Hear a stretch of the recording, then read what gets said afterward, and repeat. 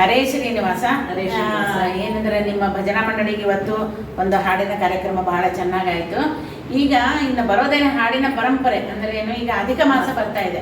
ಅಧಿಕ ಮಾಸದಲ್ಲಿ ನೀವು ನಿಮ್ದು ಸಂಘ ಗುರು ರಾಘವೇಂದ್ರ ಸಂಘ, ಆ ಸಂಘದಿಂದ ಏನು ನೀವು ಕಾರ್ಯಕ್ರಮವನ್ನು ಹಾಕೊಂಡಿರಿ?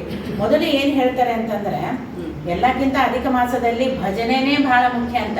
ಹರಿಭಜನೆ ಮಾಡೋ ನಿರಂತರ ಪರಗತಿಗಿದು ನಿರ್ಧಾರ ನೋಡು ಅಂತ ಹೇಳಿ, ಆಮೇಲೆ ದಾನ, ಅದು ಅಪೂಪ ದಾನಗಳು ಅದು ಎಲ್ಲ ಹೇಳಿದ್ದಾರೆ. ಆದರೆ ಪ್ರತಿ ದಿವಸವರು ಬಿಡದೆ ಭಜನಾ ಮಂಡಳಿಯವರು ಏನಂದ್ರೆ 33 ಹಾಡುಗಳನ್ನು ಪರಮಾತ್ಮನಿಗೆ ಸಮರ್ಪಣೆ ಮಾಡ್ತಾರೆ ಹೇಳ್ಬಿಟ್ಟು. ಯಾಕಂದ್ರೆ ಅವರು ತಮ್ಮ ಒಂದು ಸೇವೆಯನ್ನ ಈ ರೀತಿ ಸಲ್ಲಿಸ್ತಾರೆ. ನಿಮ್ಮ ಇದರಲ್ಲಿ ಏನು ಅನ್ಕೊಂಡಿದ್ದೀರಾ, ಏನು ಮಾಡ್ಬೇಕು ಅನ್ಕೊಂಡಿದ್ದೀರಾ? ನಾನು ನಮ್ಮ ಗುರು ರಾಘವೇಂದ್ರ ಭಜನಾ ಮಂಡಳಿ ಸದಸ್ಯರಿಗೋಸ್ಕರ 33 ಹಾಡಿಂದು 2 ಭಾಗ ಮಾಡಿ ಬರ್ದಿದ್ದೀನಿ ನಾನು. ಅದನ್ನ ಇವತ್ತೇ ಕೊಡ್ತೀನಿ ಎಲ್ಲರಿಗೂ. ಅದನ್ನ ನಾನು ತಾರತಮ್ಯ ಪ್ರಕಾರನೇ ಬರ್ದಿದ್ದೀನಿ ಎಲ್ಲ. ಅದೇ ಇಂಪಾರ್ಟೆಂಟ್. ಗಣೇಶ ಇದರಿಂದ ತಗೊಂಡು ಎಲ್ಲ ತಾರತಮ್ಯವಾಗಿ ಬರ್ದಿದ್ದೀನಿ. ಸುಮ್ಮನೆ ಪೂರ್ತಿ ಹಾಡು ಹೇಳಕ್ಕಾಗಲ್ಲ ಅಂದ್ಬಿಟ್ಟು ಆದಿ ಅಂತ್ಯ ತಗೊಂಡಿದ್ದೀನಿ. ಮತ್ತೆ ಇದು ತಗೊಂಡಿದ್ದೀನಿ. ಆಮೇಲೆ ಮೊದಲನೇ ದಿನ ಇಲ್ಲೇ ನಮ್ಮನೇಲೆ ಮಾಡೋಣ ಅಂತ ಶುರು ಮಾಡೋಣ ಅಂತ. ಹೀಗಾಗಿ ನೀವು ಇಲ್ಲಿ ಮಾತ್ರ ಮಾಡ್ತೀರಾ, ಬೇರೆ ಬೇರೆ ಎಲ್ಲರ ಮನೇಲೂ ಅಯ್ಯೋ ಎಲ್ಲ ನಮ್ಮನೆ ಮಾಡೋಣ ಅಂತ ಎಲ್ಲ. ನಮ್ಮಲ್ಲಿ ನವರಾತ್ರಿ ಕೂಡ ತುಂಬಾ ಚೆನ್ನಾಗಾಗುತ್ತೆ. ನಮ್ಗೆ ಹೇಳಕ್ಕೆ ನಮ್ಗೆ ಟೈಮ್ ಕೊಡಕ್ಕೆ ಆಗಲ್ಲ ಯಾರಿಗೂ. ನಮ್ಮನೆ ಎಲ್ಲ ಫಿಕ್ಸ್ ಆಗಿ ಹೋಗುತ್ತೆ. ಈ ಇಡೀ ಬೆಂಗಳೂರಲ್ಲಿ ನವರಾತ್ರಿ ಕಾರ್ಯಕ್ರಮಗಳು, ಅದೇನೋ ಯೂನಿಫಾರ್ಮ್, ಅದೇ ತರದ ಸೀರೆ, ಅದು ಇದೆಲ್ಲ ತುಂಬಾ ಚೆನ್ನಾಗಿ.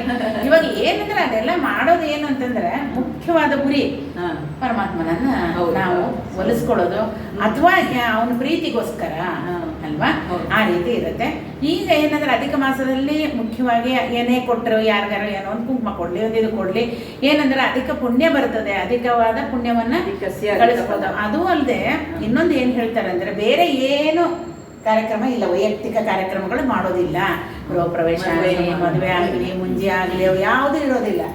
ಬಹಳ ಮುಖ್ಯ. ಅದಕ್ಕೆ ಎಲ್ಲರೂ ಹರಿನಾಮ ಸ್ಮರಣೆಯಲ್ಲೇ ತೊಡಗಿರಿ ಅನ್ನೋದು ಒಂದು ಸಂಕೇತ ಅಲ್ವಾ? ಏನ್ ಹೇಳ್ತೀರಾ ಅದಕ್ಕೆ? ನಿಮ್ಮ ಒಂದು ಭಜನಾ ಮಂಡಳಿಯವರಿಂದ ಏನು ಪ್ರತಿಕ್ರಿಯೆ ಅಲ್ವಾ? ಹಾಗೆ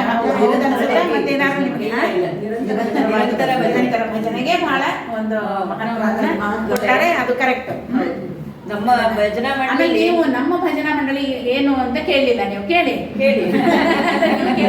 ನೀವು ವಿಶಾಲ ಭಜನಾ ಮಂಡಳಿ, ಬದಲಿ ವಿಶಾಲ ಭಜನಾ ಮಂಡಳಿ. ನೀವು ಹೇಳಿದ್ರಿ ಹಾಡುಗಳನ್ನ ಆದಿ ಅಂತ ಹೇಳ್ತೀವಿ ಅಂತ. ನಾವೇನ್ ಮಾಡಿದ್ರಿ ಅದು ಊಗಭೋಗ ತಗೊಂಡಿದ್ದೀವಿ.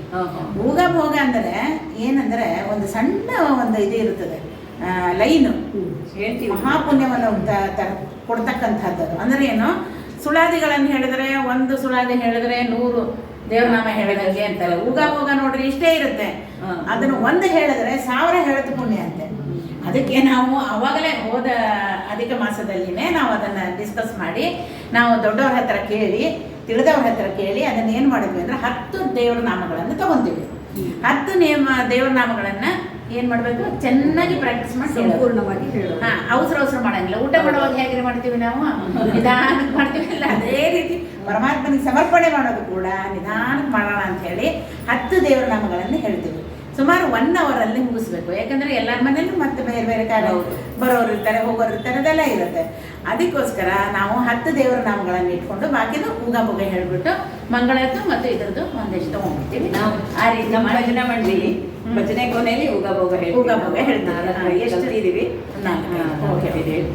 ಇದರಲ್ಲಿ ನಾವು ಮಾಡಿರುವಂತಹ ಈ ಒಂದು ಪುಸ್ತಕದಲ್ಲಿ ಅಧಿಕ ಮಾಸಕ್ಕೆ ಅಂತಾನೆ ಮಾಡಿರೋದು. ಅದರಲ್ಲಿ ಊಗಭೋಗ ಜಾಸ್ತಿನೇ ಕೊಟ್ಟಿದೆ.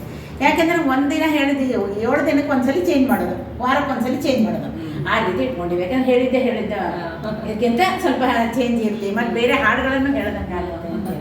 ತುಂಬ ಸಂತೋಷ. ನಾವು ಬಂದು ಪರಸ್ಪರ ಇವತ್ತು ಒಂದು ವಿಷಯವನ್ನು ಹಂಚಿಕೊಂಡಿದ್ದಕ್ಕೆ ನನಗೆ ಬಹಳ ಸಂತೋಷ ಆಗ್ತಾ ಇದೆ. ದಂಪತಿಗಳು ಬಂದು ಇಷ್ಟು ದೂರ ಆದ್ರೂ ಪಾಪ ಬಂದು ಭಜನಾ ಮಂಡಳಿ ಇದೆ ಅಂದ ತಕ್ಷಣ ನಾನು ಬರ್ತೀನಿ ಅಂತ ಹೇಳಿ ಮಾಡಿದ್ದಕ್ಕೆ ನಮ್ಮ ಮಂಡಳಿಯಿಂದ ಕೃತಜ್ಞತೆಗಳು. ಧನ್ಯವಾದ. ತಮಗೂ ಧನ್ಯವಾದಗಳು. ಹರೇ ಶ್ರೀನಿವಾಸ.